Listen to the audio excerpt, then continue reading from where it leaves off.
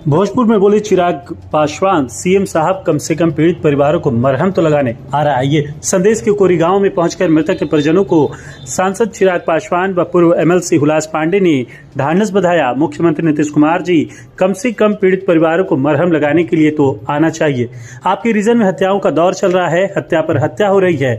यहाँ के डीएम साहब ने भी मान लिया है कि यहाँ पर अपराध बढ़ा हुआ है, गरीब के प्रति कुछ तो हमदर्दी रखिए। यह कहना था लोजपा रामविलास के राष्ट्रीय अध्यक्ष चिराग पासवान का। उन्होंने इस संदेश के कोरी गांव में पहुंचकर मृतक अमरीश पासवान के परिजनों से मिलकर ढांढस बंधाया। उनके साथ श्रद्धांजलि देने पूर्व एमएलसी सह लोजपा रामविलास संसदीय बोर्ड के अध्यक्ष हुलास पांडे के अलावा कई बड़े नेता पहुंचे हुए थे। सबसे पहले कोरी गांव में पहुंचकर मृतक के परिजनों को ढांढस बंधाया और बोले कि मैं हर समय आपके साथ हूं। इस दौरान एक सभा का आयोजन भी किया गया जिसमें श्रद्धांजलि दी गई। सांसद चिराग पासवान इतने पर भी नहीं रुके। उन्होंने सरकार एवं स्थानीय प्रशासन की जमकर क्लास लगाई। उन्होंने कहा कि जब डीएम ने ही मान लिया कि यहाँ स्थिति गड़बड़ है, बावजूद प्रशासन इसी तरह का कार्य कर रही है। मुख्यमंत्री जी दल बदल कर गए हैं, तब से बिहार में अपराध चरम पर बढ़ गया है। उन्होंने यह भी कहा कि पीड़ित परिवारों से मिलना भी उचित नहीं समझ रहे हैं मुख्यमंत्री। इस तरह सरकार और प्रशासन पर जमकर चिराग पासवान बरसे हैं। आइए सुनते हैं उन्होंने क्या कुछ कहा। जिस तरीके से बिहार में एक हत्याओं की श्रृंखला बन गई है और खास तौर पर हम लोगों के यहाँ भोजपुर जिला में जिस तरीके से एक के बाद एक हत्याएं यहाँ पर हो रही हैं, ये अपने में दर्शाता है कि किस तरीके से अपराधियों का मनोबल आज की तारीख में चरम सीमा पर है और कानून व्यवस्था पूरी तरीके से चरमरा गई है। किसी जिले में कानून व्यवस्था इतनी ज्यादा खराब हो जाए कि वहां के जिला अधिकारी तक को लिख के देना पड़े कि कानून व्यवस्था यहाँ पे ध्वस्त है। भाई कारण क्या है? कारण क्या है कि हमारे ही प्रदेश में इतनी हत्याएं होती हैं? देश का कोई दूसरा राज्य नहीं है जहां पे आए दिन ऐसी हत्याएं हो रही हैं। इस बात की कल्पना करना भी संभव नहीं है कि 9 दिन में 9 हत्याएं, और खास तौर पर हम लोग के अनुसूचित जाति जनजाति समाज टारगेट किलिंग के तौर पर दलित परिवार से आने वाले लोगों को चुन चुन कर गोली मारी जा रही है। कितने ऐसे चौकीदार हैं जो अलग अलग जिलों में हैं, उनको गोली मारी गई। यहां पर हमारे छोटे भाई हरीश पासवान जी को, बम पासवान जी जो कि लंबे समय से हम लोग की पार्टी के साथ जुड़े रहे, मजबूती से पार्टी की नीतियों को लेकर संघर्ष करते रहे, और ऐसे में जब ये हत्याएं हो रही हैं, ये अपने में दर्शाता है कि कहीं ना कहीं अपराधियों को सरकारी संरक्षण मिलता है। भाई क्या कारण है? एक के बाद एक 9 हत्याएं हुई। क्या व्यवसायी, क्या अनुसूचित जाति जनजाति, अलग अलग वर्ग जाति से आने वाले लोगों को चुन चुन कर यहाँ पे मौत के घाट उतारा गया। क्यों मुख्यमंत्री नीतीश कुमार जी एक शब्द बोलना जरूरी नहीं समझते?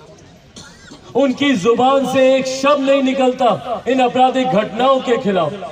क्या मुख्यमंत्री नीतीश कुमार जी का मौन रहना अपराधियों को एक समर्थन है? जिला प्रशासन जिस तरीके से उदासीन रवैया यहाँ पे दिखाता है, एसपी साहब बोलते हैं भैया हमसे पहले भी हत्याएं होती थी, तुम्हारा गुनाह मेरे गुनाह से छोटा, तो इसलिए मैं गुनाहगार नहीं हूं। ये कहां का कानून है भैया? क्या कारण है कि यहाँ पे स्थानीय प्रशासन अपराधियों की गिरफ्तारी नहीं कर पाता? और अफसोस तब जब परिवार सालों से लिखकर इस घटना के बारे में जानकारी दे रहा है। बम पासवान जी 2017 से निरंतरता में कितनी बार, इनको भी याद नहीं, कितनी बार इन्होंने प्रशासन को लिख के दिया कि हम लोग को खतरा है, हम लोग को खतरा है, हम लोग को खतरा है। तो क्या इस हत्या में जितने जिम्मेदार, जितने दोषी वो अपराधी हैं, उतने ही जिम्मेदार यहाँ का प्रशासन भी है? जानते बूझते आपने ये हत्या को अंजाम होने दिया। आपकी जानकारी में होने के बावजूद हरेश ने अगर आज जान गंवाई है तो उसका जिम्मेदार यहाँ का प्रशासन भी है। इन लोगों की नाकामी की वजह से, इन लोगों की नाकामी की वजह से आज ये हत्याओं का तांडव यहाँ पे रचा जा रहा है। और उसके बाद एक दूसरे के ऊपर अपनी जिम्मेदारी छोड़ देना। डीएम साहब अलग पत्र लिख रहे हैं। भाई पत्र लिखने से क्या होगा?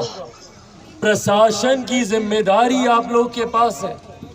आप लोग की जिम्मेदारी बनती है कि किस तरीके से हमारे जिले में अमन चैन कायम रहे। एक सुरक्षा का भाव अगर जिला प्रशासन नहीं दे सकता, एक सुरक्षा का भाव अगर राज्य सरकार नहीं दे सकती, तो और क्या उम्मीद करें भैया इनसे?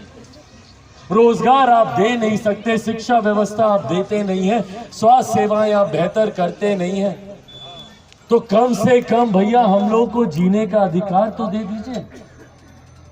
उस पर भी आप लोग राजनीति करते हैं। भाई कौन नहीं जानता कि जिला प्रशासन को पता है कि नहीं पता है कि कौन अपराधी है? सब जानते हैं। अगर इस जानकारी के बावजूद अगर हत्याएं होती हैं तो कहीं ना कहीं जिला प्रशासन का संरक्षण है।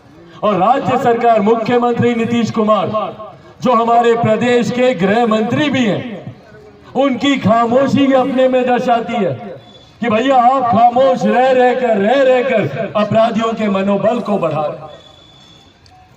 क्यों नहीं आते मुख्यमंत्री नीतीश कुमार आरा जिला? क्यों नहीं आते यहाँ पर? क्यों नहीं जाते पीड़ित परिवारों से मिलने? मुख्यमंत्री जी, आपके जाने से एक कड़ा संदेश जाता उन अपराधियों को। प्रशासन मुस्तैद होता, मजबूती से यहाँ पर ये लोग खोजबीन करते, गिरफ्तारी करते अगर मुख्यमंत्री जी आते, क्योंकि जवाबदेही इनकी तय होती। पर मुख्यमंत्री कहीं जाना जरूरी नहीं समझता। कल हम लोग नवादा में थे रात में, एक परिवार के 6 लोगों ने सामूहिक हत्या वहां पे कर ली।